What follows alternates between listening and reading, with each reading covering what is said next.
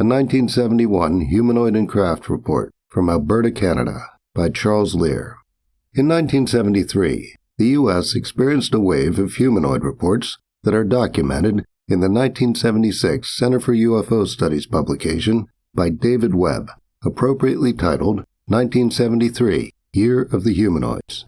These sorts of reports weren't unique to the United States, and just 2 years before, in 1971, a report came out of Canada that was looked into by William K. Allen, described as the tireless UFO investigator of Calgary, in the June 1972 Flying Saucer Review Case History Supplement 10, where his report was published.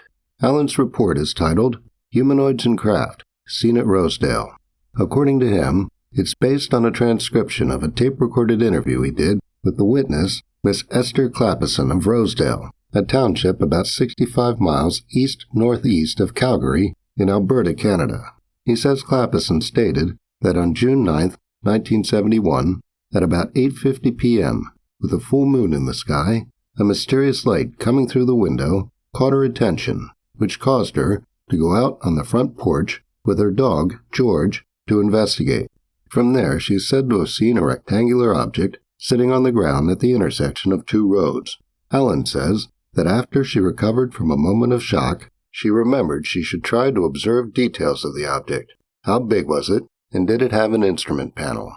In a footnote, the editor tells the reader that Clapison was a regular listener of Allen's monthly radio show on CFCN, and that in the course of it, it seems he leaves listeners with no doubts as to the things to look for in the event of a UFO confrontation. According to Allen, Clapison saw 3 men, 2 inside the craft, behind a window, and 1 outside. She said the man inside to the left was, in Allen's words, making signs to the man inside to the right and trying to get the attention of the man outside. She added that he seemed to be trying to block something with his body that she thought might be an instrument panel. According to Allen, as for the man, or humanoid, who was outside, the witness considered that he was obviously picking up samples, rock, not dirt, because he was picking, not scooping. The report from here until Allen's closing remark consists of a transcript of part of the interview with Clapison, where she describes what happened next and answers questions put to her. Miss Clapison: I tried to get closer and have a real eyeful, but the old dog wouldn't let me. Dog just pushed me right back. Allen: Did he bark at all? Miss C: No, he didn't. He was scared to death, and he wasn't having me go. Allen: Did he seem to be trembling? Miss C: Yes, and cowering. Clapison says she went back in the house, as, at this stage of the game, I wasn't too fussy about getting that much closer to that thing. She says she intended to get her brother's attention, but when she looked out the window, there wasn't even the light. She emphasizes that she isn't a drinking woman. Allen asks if Clapison can estimate the size of the object, and she says, by my diamond willow stick, it was a length and 2/3 of a length, probably 10 to 13 feet. Allen then says that the burnt area where it had been was over 20 feet, and adds in parentheses for the reader that the discrepancy may have been due to the craft shifting to burn a larger area, or her estimate may have been of the illuminated opening rather than the exterior dimension of the craft. He says to Clapison, you can definitely see, at this late date in October, that the grass is still kind of black, well, blackened, and it hasn't grown. Clapison says the window took up the entire back of the object. She describes the color of the light as white and says there was no sound. She describes the humanoids as all being less than 5 feet tall, dressed in olive to drab green clothing, and says their faces were covered with hoods. She says their hands were the things that got me. She describes them as being like a skidoo mitten with very prominent thumbs going into points. She says she gathered that this was why the humanoid outside was having trouble picking up rocks.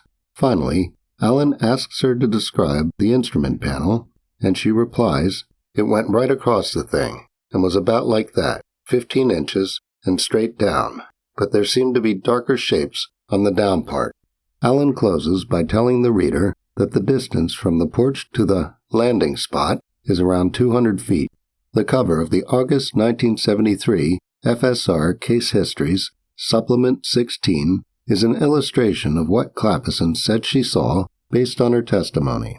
In the article in that issue, headlined "The Rosedale Humanoids, Further Details," it is explained that after reading a report on the case, artist Brian James became so interested in it that he traveled to Rosedale, talked to Clappison, and viewed the alleged landing site.